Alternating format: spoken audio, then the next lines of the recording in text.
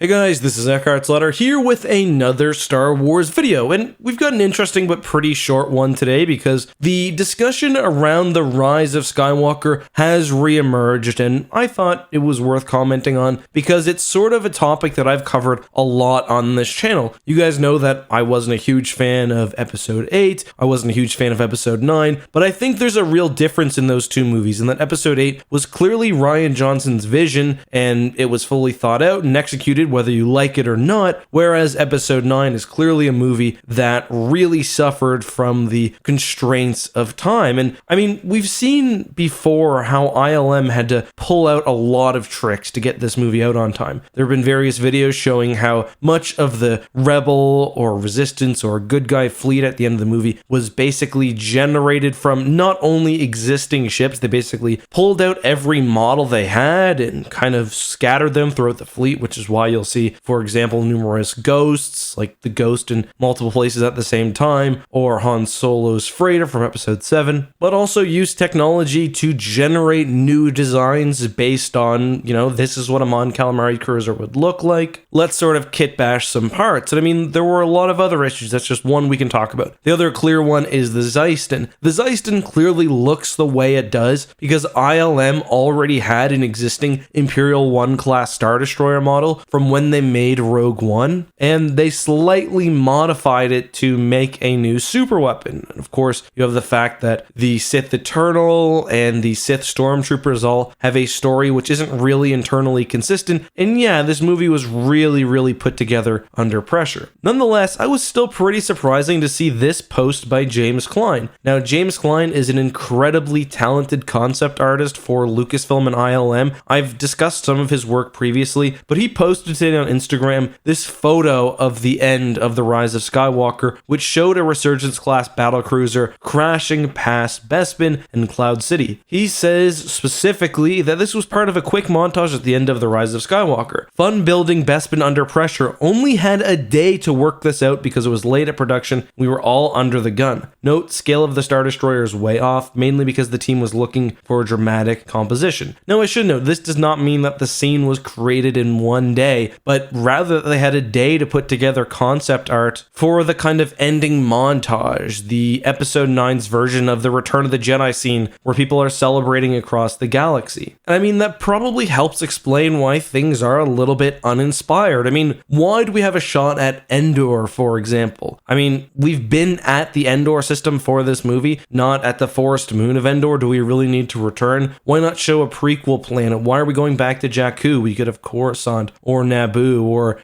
many other places, maybe some new planets, or something like Corellia would have been really cool. But I mean, this explains partially why they went this way. They were limited in the amount of art they could put together, and that's really just due to the truncated development time of this movie. As many of you know, Episode 9 did not get a full development run under J.J. Abrams. It went through multiple directors. There was a complete story treatment finished before the version of Episode 9 that we got, and a few people on Reddit pointed this out, and I got to agree, it's a real shame that Episode 9 didn't come out in 2020 because it probably would have been forced back by COVID-19. If it had been this year, they would have been forced to take more time, most likely, and that could have done a lot of good for the movie. I mean, I don't blame J.J. Abrams too much for the state of Episode 9 as it released. The movie was rushed, and I don't blame Kathleen Kennedy. As I said, I don't blame J.J. I think the person chiefly responsible for this, even self-admittedly so, is Bob Iger. Bob Iger wanted Star Wars movies out every 2 years. He wanted to sort of milk the moneymaker on behalf of Disney. And on that end, I understand where he's coming from, but in my opinion, that ended up being very short-sighted in terms of really hurting Episode 9. Episode 9, if done properly, in my opinion, could have been a box office behemoth. And that's kind of funny to say about a movie that already made over $1 billion and did very well at the box office, but I think if it had been better put together, it would have been a more fitting and appropriate end for the saga, and one that could have done better, notwithstanding that sort of year of lost movies, which is kind of funny because right now, Star Wars is taking a little break from movies every year or every 2 years anyway. I also think that the quality of Episode 9 probably hurt the brand going forward. I think Star Wars will be fine and it will recover. The Mandalorian Season 2 showed that, but it's not in the position that it could have been. I think people are a little less warm towards towards the future characters than they otherwise may have been. But that's really all I have to say about this topic. I will also mention that, yeah, people have been pointing out that the Star Destroyer at Bespin is massively out of scale, like probably by maybe even 2 orders of magnitude. I mean, Cloud City must be, a dozen or so kilometers long, probably even longer. The Resurgence is nowhere near that length. Some people actually asked me when we saw this scene whether it was some sort of Super Star Destroyer or First Order battleship, and I wasn't sure until I actually got a look on Blu-ray, or more specifically on Disney+. But guys, that's all for today. Let me know what you thought of this video. Sorry it's a little short. I will be streaming some Halo SPV version 3.3 right after this goes live at about 7:30 Eastern time, so you can check out my second channel, X2, for that. Link is always down in the description. Till next time though, guys, have a good one, be safe, and may the Force be with you.